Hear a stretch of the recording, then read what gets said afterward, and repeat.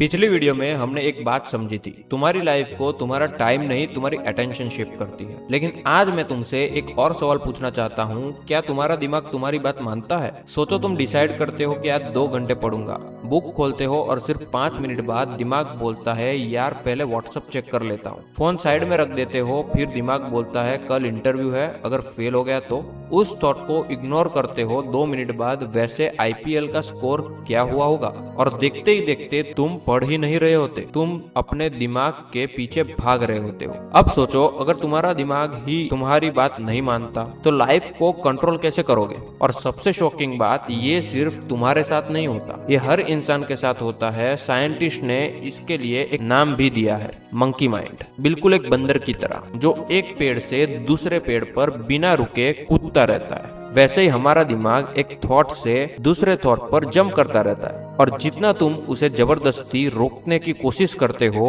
उतना ही वो और ज्यादा उछलता है। लेकिन अगर मैं तुमसे कहूँ प्रॉब्लम तुम्हारा दिमाग नहीं है, प्रॉब्लम ये है कि किसी ने तुम्हें अपने दिमाग को ट्रेन करना सिखाया ही नहीं। और इसी वीडियो में हम जानेंगे तुम्हारा दिमाग बार बार भटकता क्यों है, और बिना मेडिटेशन गुरु बने उसे कमांड देना कैसे शुरू कर सकते हैं। सबसे पहले एक मिथ तोड़ते हैं। बहुत लोग सोचते हैं मेरा फोकस वीक है, लेकिन साइंस कहती है तुम्हारा फोकस वीक नहीं है, तुम्हारा दिमाग नॉर्मल है। एक सिंपल एग्जाम्पल, अगर तुम जंगल में रहते और अचानक झाड़ियों में आवाज आती तो क्या होता? अगर तुम सिर्फ अपना काम करते रहते तो शायद कोई जंगली जानवर तुम पर अटैक कर देता। इसलिए हजारों सालों की इवोल्यूशन ने हमारी ब्रेन को एक हैबिट सिखा दी, हमेशा अलर्ट रहो, हमेशा फ्यूचर के बारे में सोचो, हमेशा डेंजर ढूंढो। यानी तुम्हारा ब्रेन फोकस करने के लिए नहीं, सरवाइव करने के लिए डिजाइन हुआ है। इसीलिए जब तुम चुपचाप बैठते हो तो दिमाग खुद ही सोचना शुरू कर देता है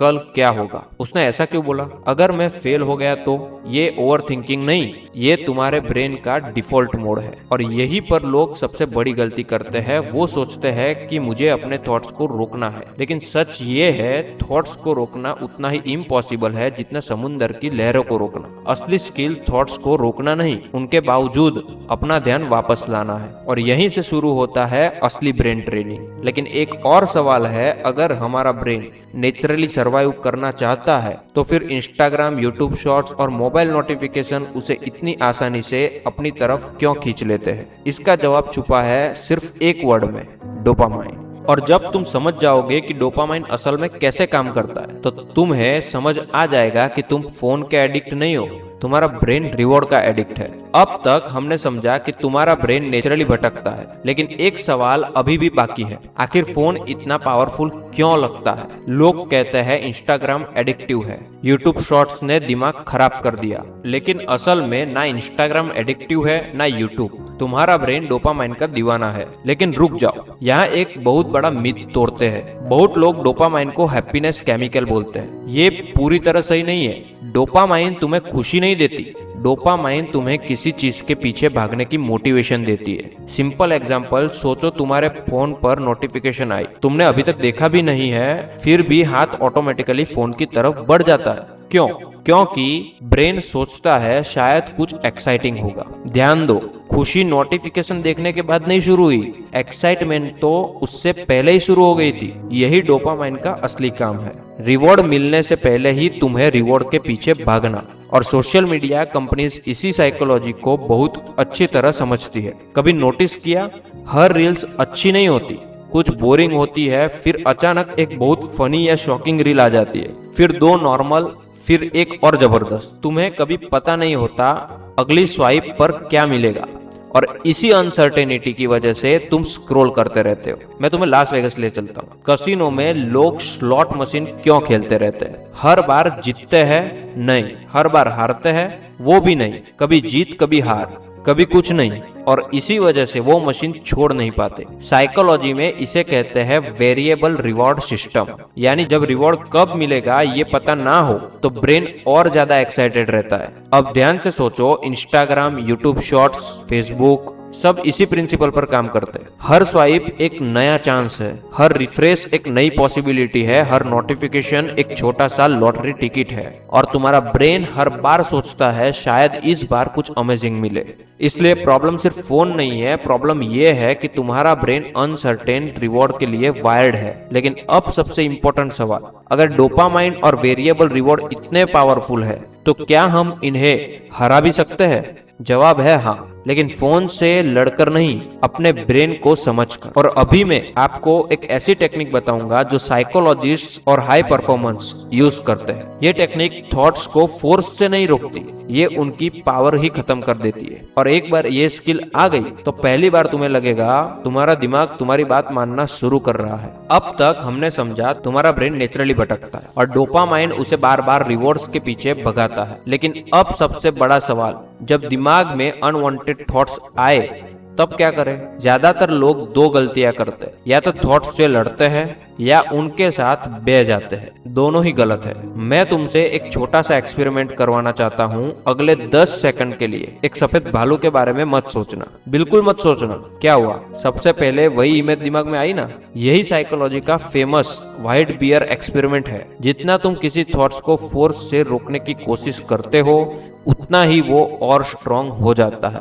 इसलिए एक्सपर्ट्स कहते हैं व्हाट यू रेजिस्ट परसिस्ट। तो सॉल्यूशन क्या है? बहुत सिंपल। जब भी कोई थॉट्स आए उसे रोकने की जगह सिर्फ उसका नाम दे दो। जैसे ये फ्यूचर की टेंशन है, ये कंपैरिजन वाला थॉट है, ये फोन चेक करने की क्रेविंग है। बस इतना ही। क्योंकि जिस मोमेंट तुम थॉट को नाम देते हो उस मोमेंट तुम उस थॉट से अलग हो जाते हो। तुम थॉट नहीं हो, तुम सिर्फ उस थॉट को देख रहे हो और वहीं से कंट्रोल वापस तुम्हारे पास आना शुरू हो जाता है। अब मैं तुम्हें एक ऐसा कॉन्सेप्ट बताने वाला हूँ जो न्यूरो साइंस की दुनिया में बहुत फेमस है, लेकिन यूट्यूब पर बहुत कम लोग सिंपल लैंग्वेज में समझाते हैं। हम सोचते हैं ब्रेन का काम सोचना है, लेकिन असल में ब्रेन का सबसे बड़ा काम फ्यूचर को प्रेडिक्ट करना है। सोचो, जब तुम क्रिकेट देखते हो, बॉल बैट से निकलते ही तुम्हारा ब्रेन प्रेडिक्ट कर लेता है कि कैच होगा या 4। जब तुम रोड क्रॉस करते हो ब्रेन प्रेडिक्ट करता है कि कार कितनी स्पीड से आ रही है। जब कोई दोस्त रिप्लाई नहीं करता ब्रेन तुरंत प्रेडिक्शन बनाना शुरू कर देता है, शायद नाराज है, शायद इग्नोर कर रहा है, शायद मैंने कुछ गलत बोल दिया। नोटिस किया? फैक्ट अभी तक मिला ही नहीं, लेकिन ब्रेन ने स्टोरी बना दी और इसी स्टोरी का नाम है ओवरथिंकिंग। बहुत बार हम रियलिटी से परेशान नहीं होते, हम अपने ब्रेन की बनाई हुई प्रेडिक्शन से परेशान होते हैं। और इसीलिए अनसर्टेनिटी इंसान को इतनी अनकंफर्टेबल लगती है। ब्रेन को आंसर चाहिए, चाहे वो आंसर सच हो या झूठ, इसलिए वो खुद ही कहानी बना देता है। अब एक टेक्निक याद रखना, जब भी दिमाग नेगेटिव प्रेडिक्शन बनाए खुद से सिर्फ एक सवाल पूछो, ये फैक्ट है या सिर्फ मेरे ब्रेन की प्रेडिक्शन? ये एक छोटा सा सवाल कई बार ओवर थिंकिंग को वही रोक देना है। और जब तुम बार बार ये प्रैक्टिस करते हो तो धीरे धीरे तुम्हारा ब्रेन समझने लगता है कि हर थॉट पर बिलीव करना जरूरी नहीं है।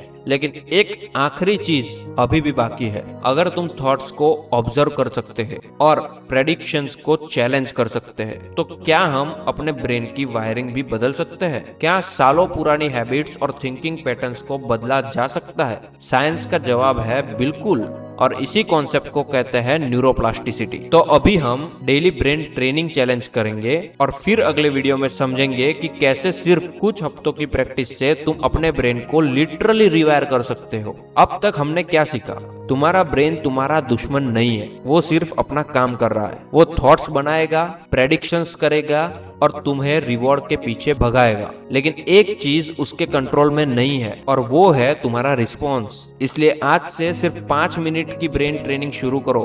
बस ये 3 स्टेप्स फॉलो करो। Step 1, notice. जब भी डिस्ट्रैक्शन आए उसे पकड़ो। हाँ, मेरा दिमाग फोन चेक करना चाहता है, बस नोटिस करो। स्टेप 2, उस थॉट्स का नाम दो। ये बोर्डम है, ये फ्यूचर की एंजाइटी है, ये सिर्फ डोपामाइन की क्रेविंग है। नाम देने से थॉट्स की पावर आधी हो जाती है। Step 3, return. अब बिना गुस्सा किए, बिना खुद को जज किए अपना ध्यान वापस काम पे ले आओ। बस इतना ही। यही मेडिटेशन का भी कोर प्रिंसिपल है। यही साइकोलॉजिस्ट सिखाते हैं। और यही दुनिया के टॉप परफॉर्मर्स रोज प्रैक्टिस करते हैं। याद रखो, फोकस का मतलब कभी डिस्ट्रैक्ट ना होना नहीं है। फोकस का मतलब है हर डिस्ट्रैक्शन के बाद जितनी जल्दी हो सके वापस काम पर आ जाना।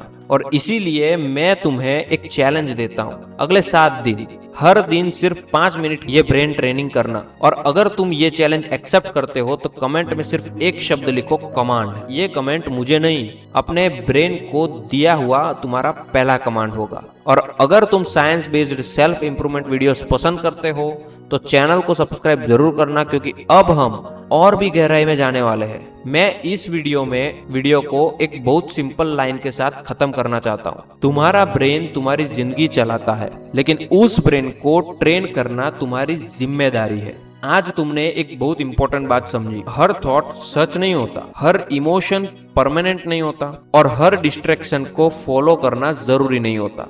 जिस दिन तुमने ये 3 बातें एक्सेप्ट कर ली, उस दिन से तुम्हारा ब्रेन तुम्हारा मास्टर है, मास्टर नहीं, तुम्हारा सर्वेंट बनने लगेगा। लेकिन यहाँ एक और बड़ा क्वेश्चन पैदा होता है, अगर ब्रेन को ट्रेन किया जा सकता है, क्या उसकी वायरिंग भी बदली जा सकती है? अगर कोई इंसान सालों से प्रोक्रास्टिनेशन करता आ रहा हो, या कॉन्फिडेंस की कमी हो, या हमेशा नेगेटिव सोचता हो, तो क्या उसका ब्रेन लिटरली नए कनेक्शंस बना सकता है?